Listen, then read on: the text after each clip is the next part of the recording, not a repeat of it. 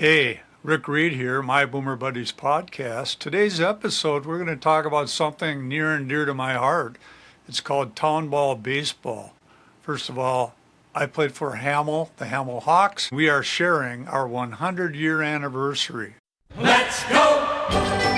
Batter up! We're taking the afternoon off. It's a beautiful day for a ball game, today. The culture, town ball, that's what really pulls people in. Town ball represents a massive slice of America. Local community members gather a well-maintained, volunteer-run ballpark to which a mix of former college standouts, local teenagers, and seasoned veterans compete in summer-long leagues, culminating in statewide tournaments. The next half hour or so, we are going to talk about the Hamel Hawks, its rich heritage, and how we are celebrating who we are and who we were. And we give thanks to the people that started it and carried it on. Enjoy. This episode is special. I'm a boomer. My teammate, Eric Michelsen, is a boomer. We're going to talk about baseball, town ball to be exact. Town ball was something that we grew up with loving. We loved watching those players, and then we became players ourselves. And guess what? We have a 100-year anniversary of the team we played for, the Hamel Hawks. It's coming up June 27th and 28th if you're in the Twin Cities area.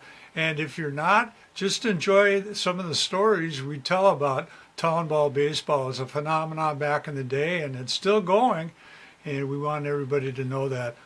Here's Eric. Eric was a wonderful teammate, a mentor to me, and I'm so glad that you're here to talk about this. Well, it's good to be here, Rick. I have admired your podcasts from afar, and I've never really got a chance to have some input or an opportunity to be on your podcast, so thank you for inviting me. Yeah, this could be the start of something huge. You talking about my stomach again?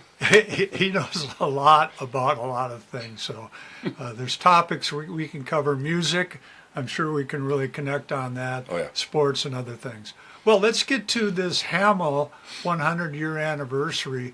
We're both longtime Hamel Hawk players. You've remained with the Hamel board, correct? Yes, correct. And why don't you tell us a little bit about this event? Well, I mean, a 100-year anniversary is a pretty special occasion. Not only is it for the Hamel Athletic Club, but for the Hamel baseball team, which were formed in the same year, 1926, I believe. Yeah, 26. It's kind of a very special thing because this town has really supported Hamel baseball over the years. We have had, when I was playing, we had the best darn fans in the world. They would show up all the time. That was such a great support for us. And the little kids who wanted to be bat boys and chase foul balls later on became players themselves. So, you know, what goes around comes around. And people recognized Hamel as a very great program, a great town, formidable opponent, and it's gone on for 100 years now. And We're excited to get together. It was a social experience for us as players, fans. And like you mentioned, the little kids, they'd scramble for the foul ball and get a piece of bubble gum or something. It was a big deal for everybody.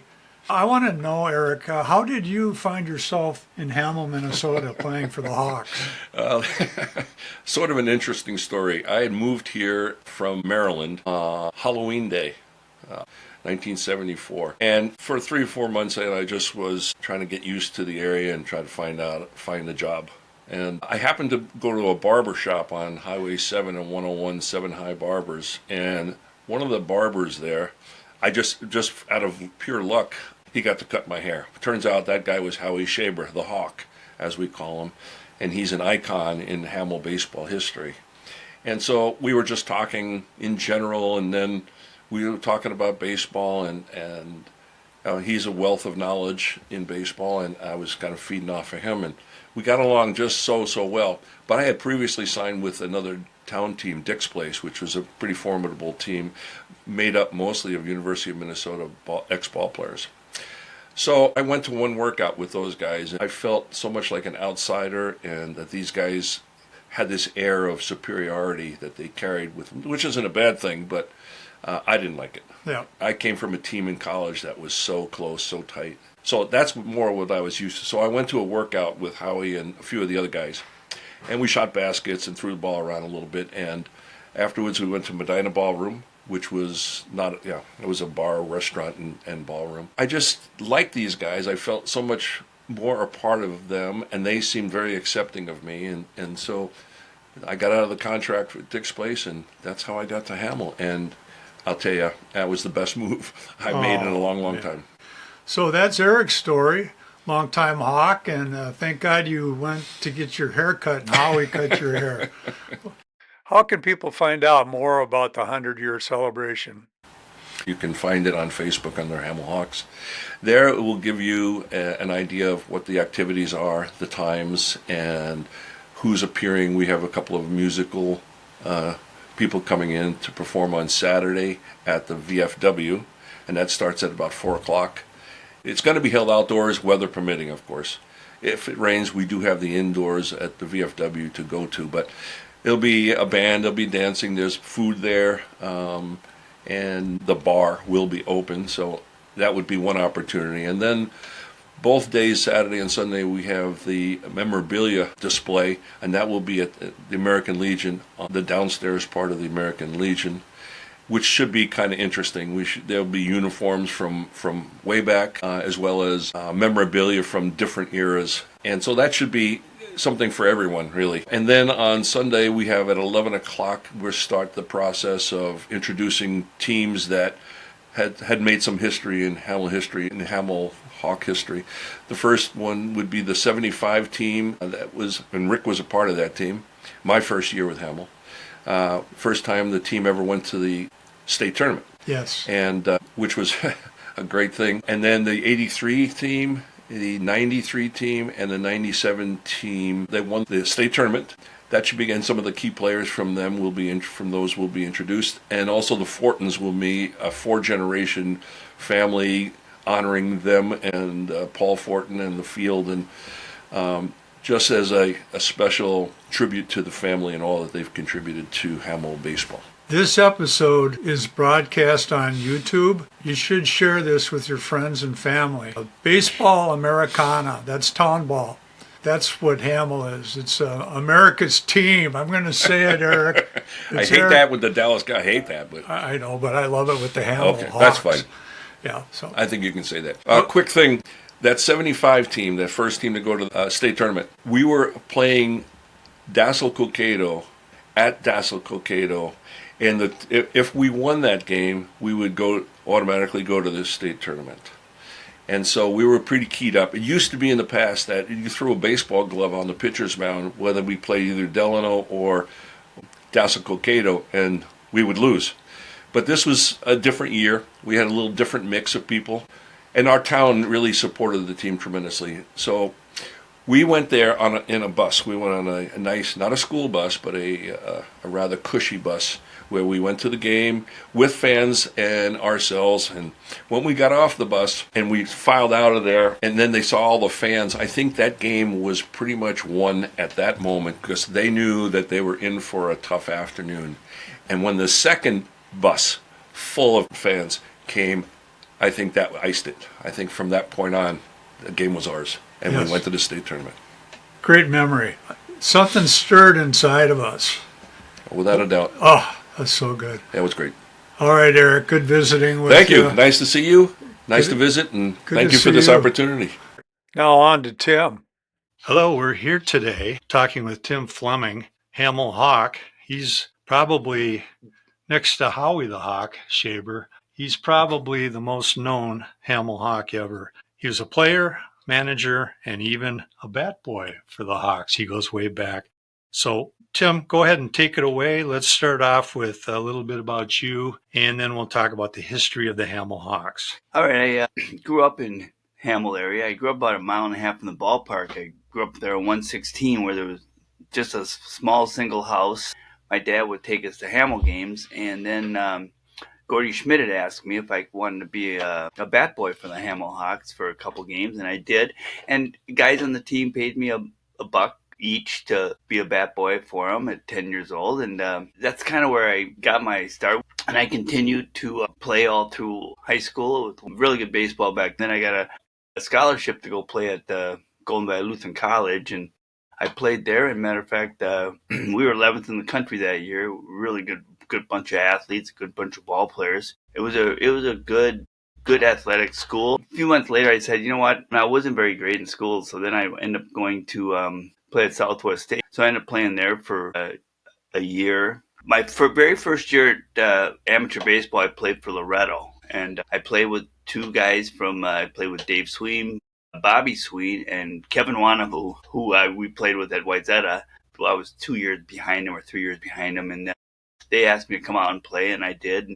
I started second my very first year there, and I was 18, and Herbie Cook was our shortstop, who is still with Loretto today. So after that, then played Hamel that 1 year, and we actually had a good game against Kenny Schultz, and he kept bugging me, why don't you come and play for Hamel? You used to live over here. And so the next year I did.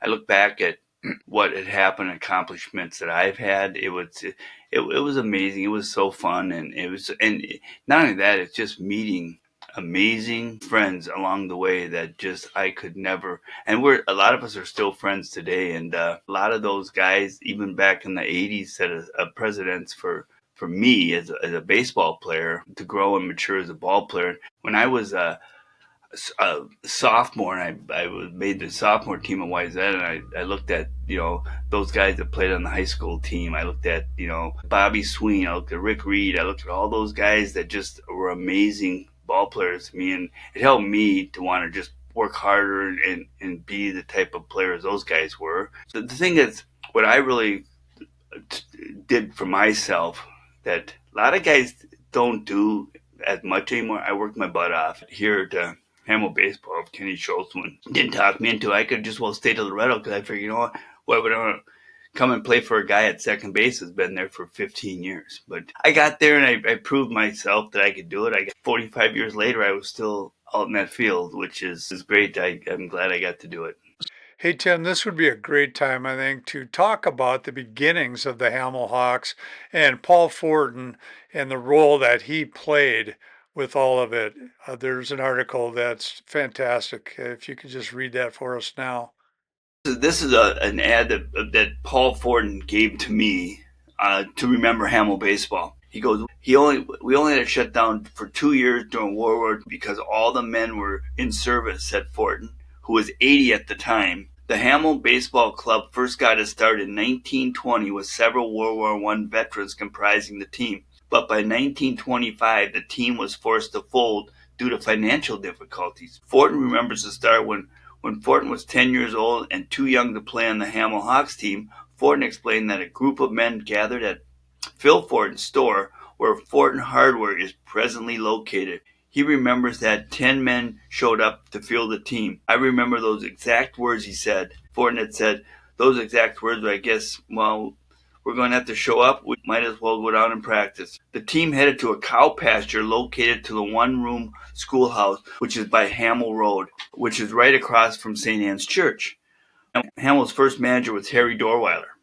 Harry Dorweiler, who moved in Hamel in 1920 and assisted in the start of the Farmer State Bank. Fortin's father, Albert, served as the scorekeeper. They played a team from Dayton for their first game and won 11-10. Due to financial difficulties, the first Hamel Hawks team was forced to fold, but another team would soon arise. Then Dick Siebert, who coached the Gophers, joined the team at the time. Always having an avid interest in baseball, Paul Fortin set out the captain and found the Hamel Junior team, which they were called the Hamel Juniors before they called the Hamel Hawks, in 1925. But since there was no record kept, the team was not officially founded until 1926. Records were kept by Emil Fortin, who is Paul's uncle. He had gone to business school in Minneapolis and learned to type. All the records, complete records from 1926, are still kept on the file. A player from St. Paul named Dick Siebert joined the Hamel Hawks in 1927 on the condition that he was able to find work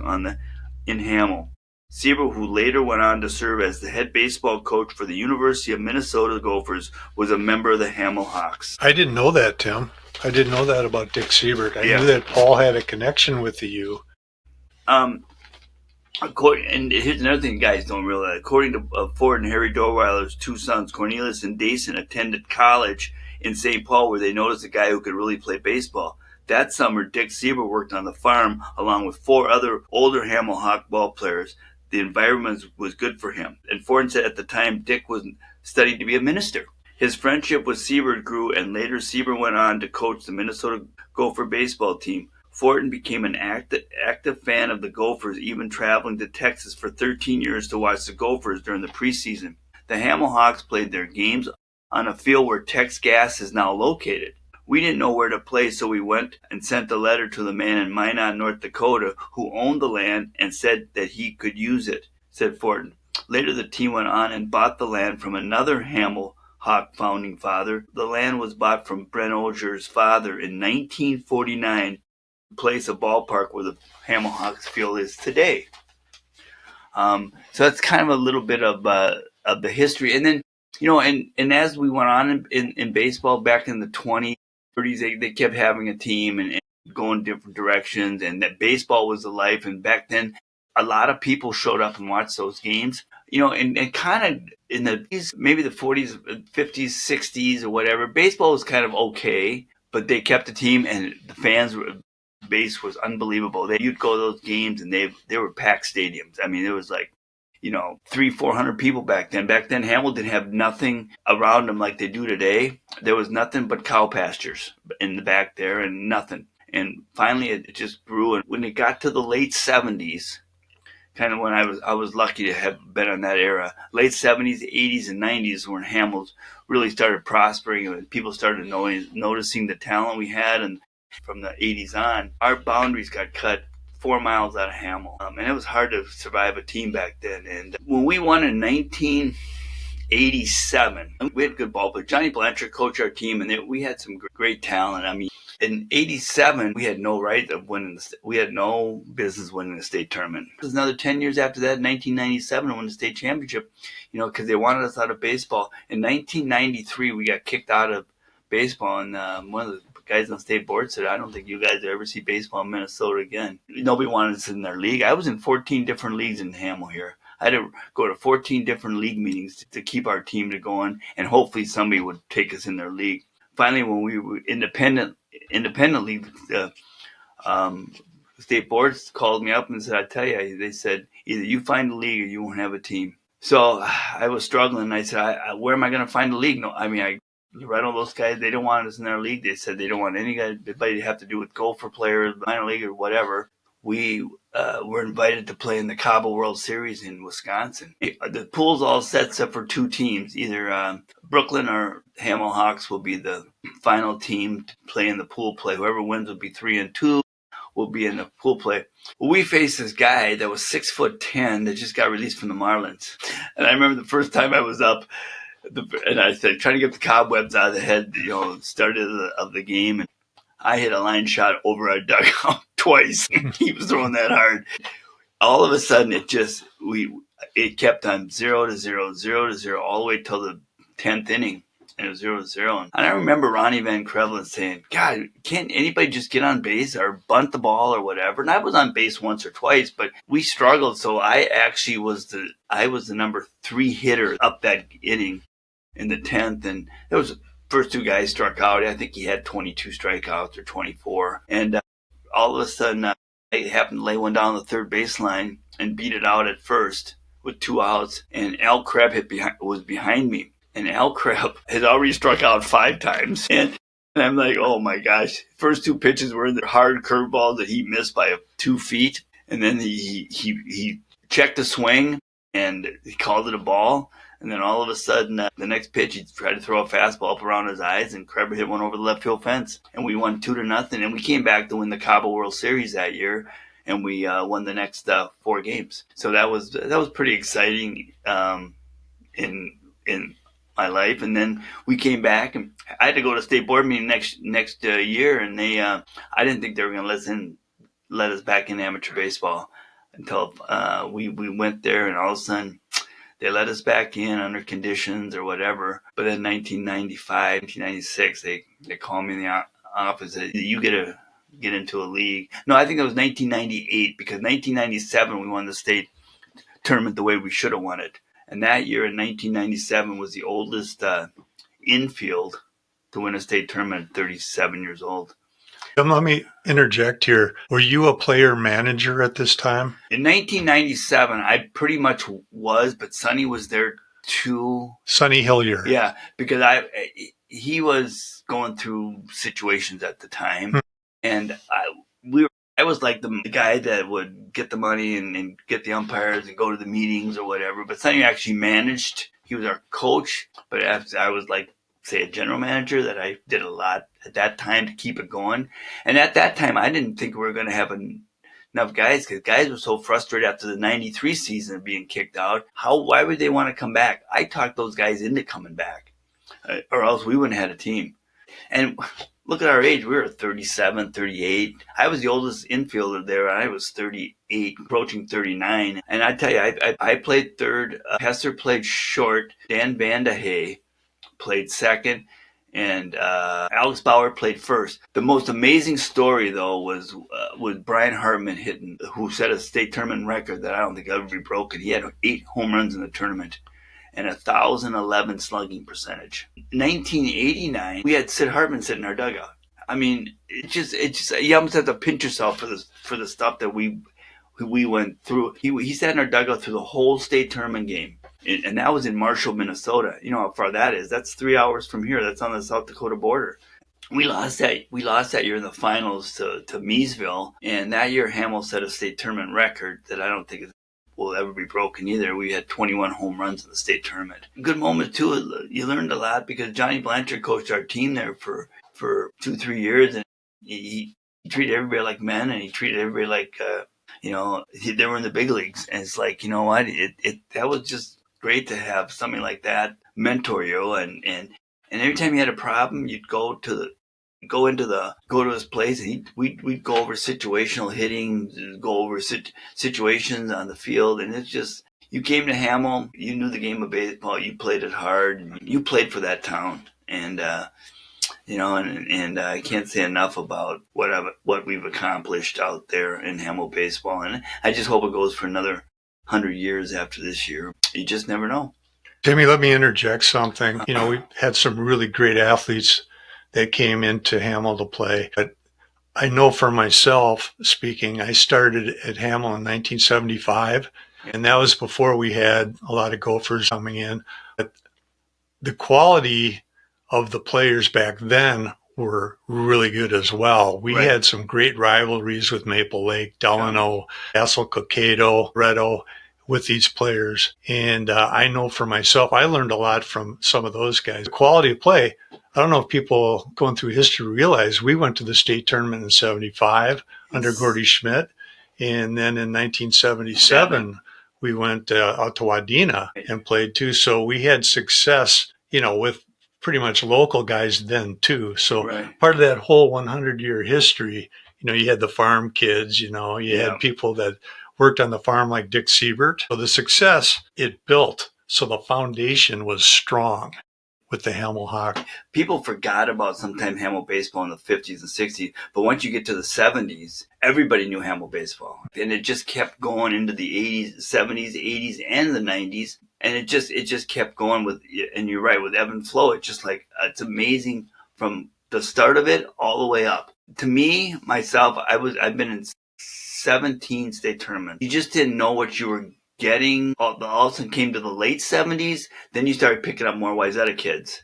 Then you started picking up kids around the area where you didn't have that before. Because there wasn't a lot back in the early 50s and 60s. You had to scrape to get somebody from Hamel. And all of a sudden Wayzata's part of Hamel. And all of a sudden then you start getting some of the Wayzata kids. And I think that really was the start of it. And then, like you said, then all of a sudden, it was word of mouth. This person knew this person. This person knew this person. All of a sudden, wow, this guy's really a good ball player. Where did we pick him up from? And all of a sudden, I guess I look back at that stuff, and then and the fan base, what you were talking about, Rick, it was so good back then. It's like we would play Loretto, we'd have 400 or 500 people at the game. It was amazing, and And then all of a sudden after the game, we beat each other up on the field. After the game, we'd sit around and have a beer with the other team and talk baseball. And a lot of times in today's society, kids don't stick around long enough to talk baseball to learn what had happened during the game. But the fans we had were amazing. I mean, I know, Rick, your mom and dad came to a lot of games, and my mom and dad, and my dad would, I don't care what I had going on. If I had something going on, I could miss a wedding that everybody was going to go to a baseball game. My mom would want to kill him, but my dad said, no, we'll be at the reception. Laurel was a great fan. It was the social event. Oh, it was. For both the towns. Right. The rivalries were amazing. And I just remember that. And also, you mentioned the Wayzata kids, and then it spread word of mouth. We had some people that moved in for jobs, like Woody Saugleen, Yep. Eric Michelsen, some really good players that came because they lived in the area and they were really good. Look at Woody played in Notre Dame. Right. Eric played out east for college, and he was a real mentor to me personally. As was Woody. I'll never forget that. You just never forget the guys you were. But the people don't realize, too, that we weren't just playing for the town and worked hard. We developed friendships. That's something they'll never forget. They'll say, well, what did you accomplish? Well, we won a state tournament at Hamel. Oh, I know where Hamel is. You know, and just stuff like that. It just was amazing.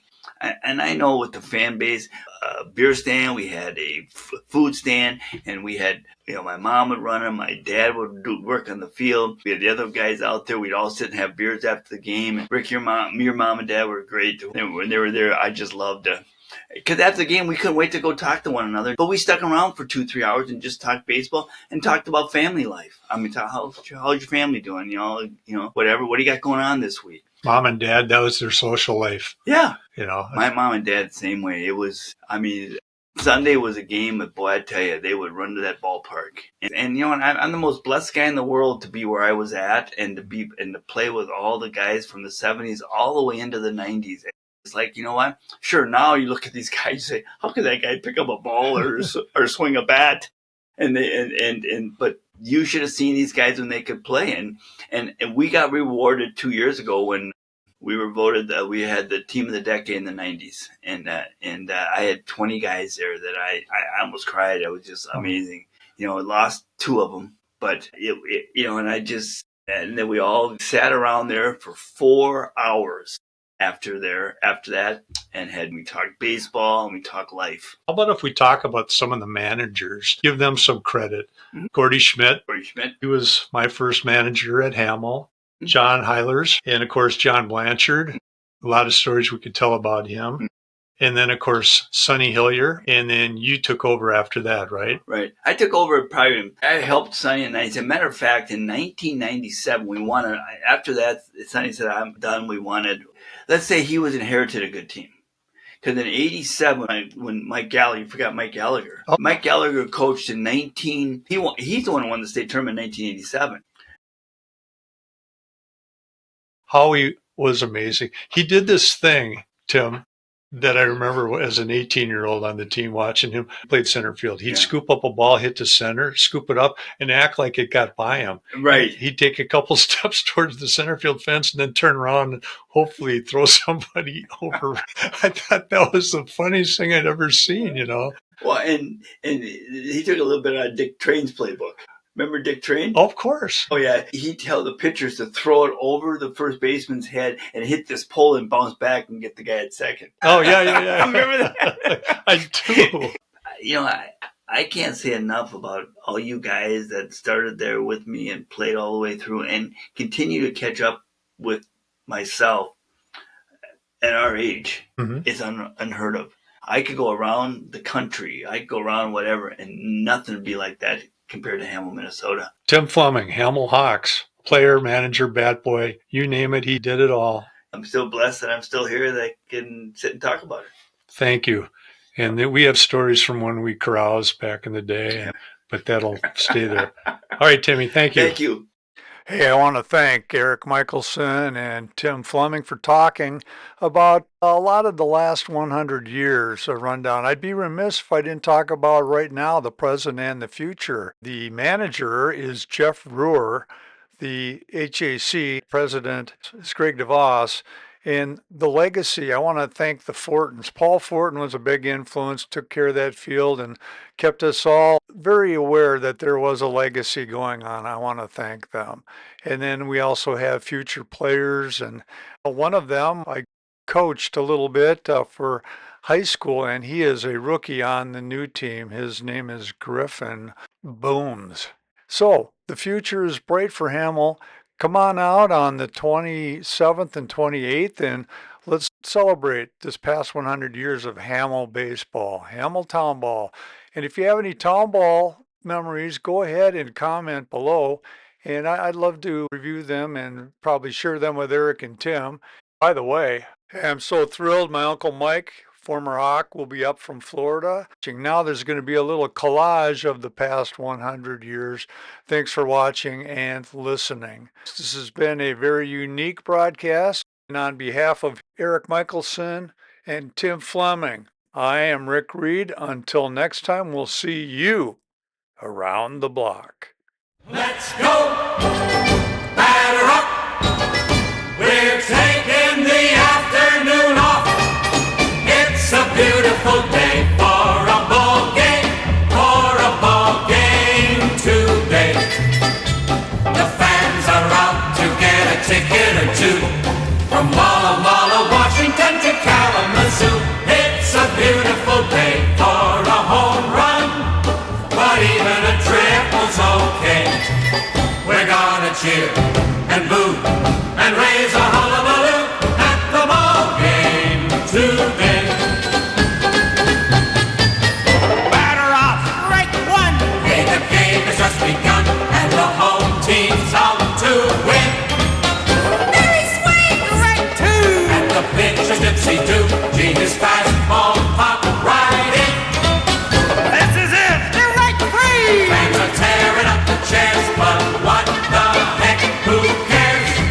It's a beautiful day for a ball game, today. If you and I are out of dollars and cents, Oh, honey, we can always share a little hole in the fence. it's a beautiful day for the ladies. So throw all your dishes away. We're gonna cheer and boo and raise a hullabaloo at the ball game today. At the ball game, a wonderful ball game today. Are you crying? There's no crying. There's no crying in baseball.